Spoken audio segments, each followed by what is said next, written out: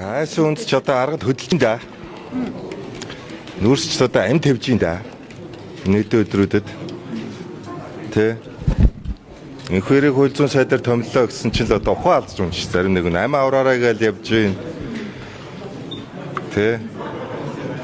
Энэ ингэж хойшлож байгаа процессыг та одоо тухайлбал юу гэж харж байгаа юм? Энэ хуулийн дагуу болж гинөө эсвэл одоо үнэхээр айж байгаа болохоор хойшлож байна гэж явж байгаа. Гүн чинь нүүрс ч одоо айгаад амт тавьж шít. Хамаг юм нийл болж шít. Гэхдээ энэ сая ил болоогүй шүү. Одоо энэ ингээл адмиралын та холбоотой холбоогүйгээл яриад байна. 2023 оны 11-р сарын 1-ний өдрийн Монгол Улсын засгийн газрын хурал дээр буюу нүүрсний сонсголоос болохоос 45 хоногийн өмнө засгийн газрын хурал дээр ерөнхий сайд оюун эрдэнэ амар баясгалаа чи одоо өөрөө болоо гэж хэлжсэн шүү дээ. Нээлттэй. Амар баясгалан даргаа. Монгол жижиг хүн ам жижигхэн. Наад одоо адмиралынхаа асуудлыг өөрөө шийдээ. Тэ мэ? Наадах чи шийдэхгүй бол өөрөө бол ер нь тэгээд асуудалтай шүү гэдэг зүйлийг ярьж ирсэн. Сарын өмнө Монгол Улсын ерөнхий сайд оюун эрдэнэ дарга өөрөө мэдчихлээс хэлж ирсэн. Хоёрдугаарт 2023 оны 9-р сард энэ амар баясгалан гэдэг хүн одоо социалист маягийн авилга үүсгэчлээ гэдэг мэдээлэл Германы сайтаар гарч ирсэн. Германы хэвлэл мэдээллийн сайтаар гарсан. Одоо энэ яригддаг байгаа юм чинь сонсголоос өмнө одоо бүх төвшөнд яригдчихсан асуудал гэхгүй юу? Тэр ойрцоороор 2 жилийн өмнө бол ил болсон гэж та. Одоо ингээл чулуун загцтай би одоо холбоогүй гэж яриад ерөнхий сайд хэлжсэн засгийн газар. Наад чулуун загтаа өөрөө зайлуулаач. Наад ган хуйг удаан жаргал гэсэн Монголын оюутны холбооноос одоо ирсэн нөхдүүд чинь асуудал үүсгээд байна гэж засгийн газрын урал дээр хэлжсэн ерөнхий сайд. Эн чинь юу гэсэн үхээр би томлоогүй шүү. Чиний нөгөө намын ерөнхий дарга чиний томилсон хүмүүс чинь асуудал үүсгээд байна шүү гэдэг зүйлийг ил тод хэлжсэн. Тэр үед засгийн газрын хурал дээр одоо байсан засгийн газрын гишүүд одоо бүгдээр байж байна. Улсын хурлын дарга одоо тухайлбал өөрийгөө одоо адмирал компанитай огт холбоогүй гэдгийг хөншүүхийн байгууллагаас ингээд тогтоосон бичин. Гэхдээ адмирал би хувь эзэмшдэггүй гэдгийг л нотлоод байгаа шүү дээ. Хэн хувь эзэмшдэг гэж яриад байгаа юм. Компани одоо хувь эзэмшдэг өөрийнхөө нэрээр хулгай хийдэг хүн байдаг юм уу? Өөрийнхөө нэрээр. Тэрийг л яриад байгаа шүү. Тэгээ би холбоогүй л гэдээ яриад байгаа. Тэгээ хууль хяналтын байгууллагад ажиллах боломжийг олгооч. 2023 оны одоо 12 сард ярьсан энэ асуудал 2024 оны 1 сард Улсын их хурлын нүүрсний сонсголын үр дүнгээр авах арга хэмжээний тухай Улсын их хурлын 24 оны 1 тоо тогтоол гарсан. Энэ тогтоолыг өнгөрсөн парламентын Улсын их хурлын гишүүд 100% санал нэгдэж баталсан. Энэ тогтоолыг их хурлын тогтоолыг энэ их хурлын тогтоол дотор Бортегийн ордыг адмирал компанид энэ одоо олгосон асуудал нь илт хууль болсон учраас энийг хүчингү болгоо гэдэг улсын их хурлын шийдвэр гарцсан. Одоо энийг одоо зөв буруу хууль ёсны дагуу мөн биш гэдэг асуудал одоо ярихдаггүй. Улсын их хурлын шийдвэр гарчаад байна шүү дээ. Хууль усаа гэдэг шийдвэр.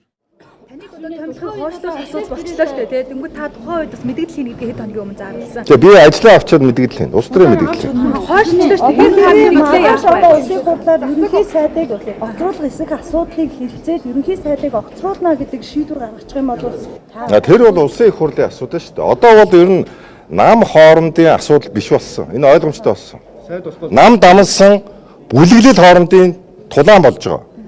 Ам оршихгүй шоронд одоо орохгүй юу гэдэг ийм л тулаан болж байгаа. Таны зөвхөн та мэдээлэл ил болоход бол төрийн 3 өндөрлөг байсан хүмүүс нь зандан шийдлэр хүрэлцүү батулга гэсэн 3 хүн бол үндэсний аюулгүй байдлын зөвлөлөөр офтыг гэрээг нууцад авсан юм байна. Тэгэхээр та энэ асуудал дээр ямар байр суурь хэлэх вэ? За энэ одоо ингэж нэг ийм юм байгаа. Нүүрсний сонсгол олон нийтэд 2 жилийн өмнө шууд дамжуулагдсан байхгүй. Одоо ингээ хүмүүс ингээл нэг шин юм шиг юм ингээл гинт ингээд нэг шин мэдээ одоо жишээлбэл энэ офтек гэрээнүүд ил боллоо. тэргээд энэ оптик гэрээнүүдийг ил маш нууцын тамхтай энийг ил болсон гэдэг тамхтайгаар бүх гэрээ шийдвэрүүдийг нэг өдрийн турш ярьсан байхгүй. Та их одоо санаж байна. Одоо энэ бодийн гэрээ мэрэ Амундраа гэж одоо нэг оройгүй нэг хүнний тухай яригдаад байгаа шүү дээ. Монголын топ оптикч хэдэн их найдын гэрээ ийсэн. Энэ этгээдийг одоо жишээлбэл гэрчээ дуудаад ирээгүй. Боломтын баясгалан гэж захирал ирсэн. Би тухайн үед нь хэлж ирсэн. Надад жоохон хугацаа байсан бол гэж тий. Яагаад тэгэхээр би данс хөөж чадаагүй байхгүй, амжаагүй. Өөрөөр хэлбэл энэ оптик гэрээний төлбөрөөр орж ирсэн хэдэн тэрбум долларууд голомт банкар дамжсан байхгүй. Голомт банкар. Энэ дансны хуулгаа өгөхгүй байсан байхгүй юу?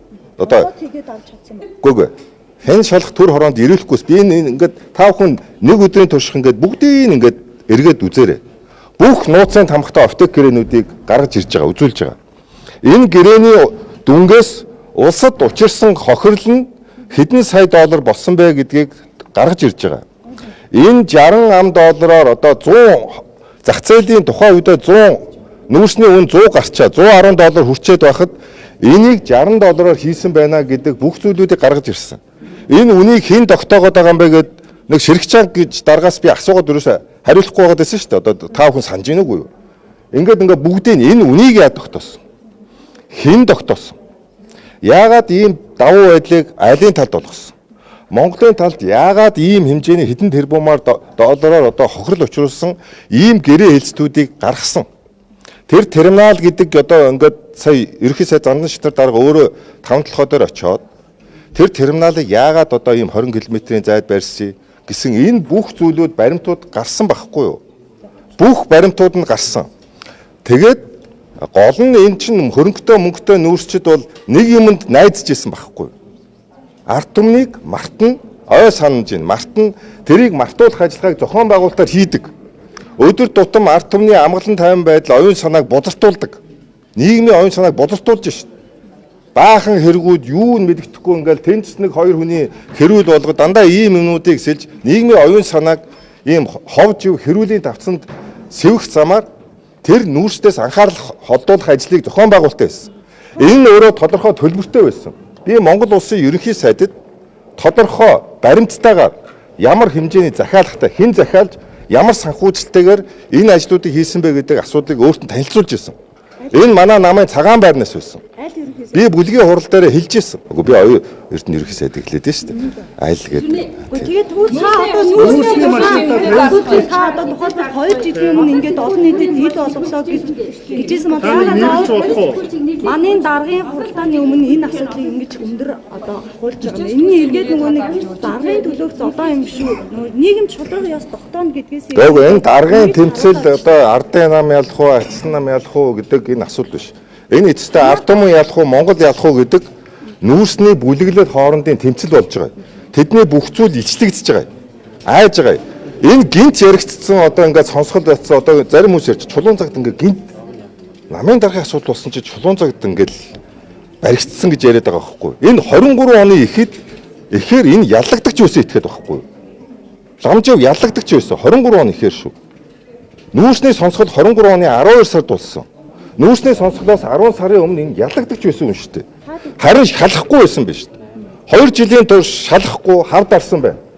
Хэн энэ нөлөөлж харин нүүрсийг одоо найдаж ингэж яаж ирсэн. Харин энэ бүх асуудал ил болсны хүчинд ард түмний нүдэн дээр ингэж ил болсны шахалтын хүчинд энэ асуудлууд олон түмний шахалтаар одоо үнэн мөн тогтоох цагийг ойртож ийж шүү дээ. Эндээс айгаад байгаа байхгүй. Ямар Хүн амны хэрэгтэй холбоотой гэдгийгсэн. Нүүрсний 50 машинтай сэтгүүлч. Гүг миний нэвтрүүлгийн ярилцлагыг одоо ингээд та хүн үзэлтэй. Юун гоё гэл нэг баахан гарч ирлээ шүү дээ.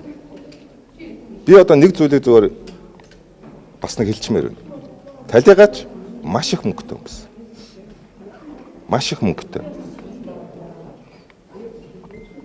Одоо маш их гэдэг нь одоо зөвөр дансандаа л одоо хэдэн 10 тэрбум төгрөг. Одоо тийм мөнгөтэй юм байна. Мөн үү? Монгол улсын иргэний хууль зааснаар хүнийг нас орсноос хойш өв залгамжлах эрх 1 жилийн дараа үүсдэг хуультай. Өөрөөр хэлбэл эхнэр хүүхэд нь тухайн одоо хүний хөрөнгийг 1 жилийн дотор одоо авах эрх нь хууль ёсны эрх нь одоо нэгддэг ийм одоо хуультай. Мэдээж одоо талигаачин одоо ар гэр бол нэгэнт одоо хүн нас орсон учраас мэдээж одоо аль болох хурцтай одоо өв залгамжлах тэр одоо эрхээ авахыг ямар ч ар гэр хүсдэг багхгүй юу? Хэрвээ энэ асуудал хууль хяналтын шатаар явах юм бол тэр хугацаа тодорхойгүй хугацаагаар одоо бас одоо ийм одоо эрсдэл үүсэх асуудал байдаг гэдгийг хэлж байна. Тэгтэл тэр гарын үсгний дардсан нь чулуун загдаас гарч ирсэн. Тэр хүний. Тэр хүн санхүүгийн гүйлгээ хийжсэн нь үгүй юу гэдгийг одоо хуулийн байгууллага шалгаж байгаа гэдгийг прокурорын зөвшөөрлөлтөөр хэлсэн. Прокурорын зөвшөөрлөлтөөр. Өмгөөлөгч тийм байхгүй гэдэг байна. Одоо мөрдөн шалах одоо эрүүгийн процессын хуулиар мөрдөн шалах байгууллага хавсад тэргээ шалгасны дараа өмгөөлөгч танилцуулдаг. Одоо шалгалтын ажиллагаа үргэлжилж байгаа асуудал байх нь ба шүү дээ. Мөрдөн шалах байгууллагын мэдээлэлээр бол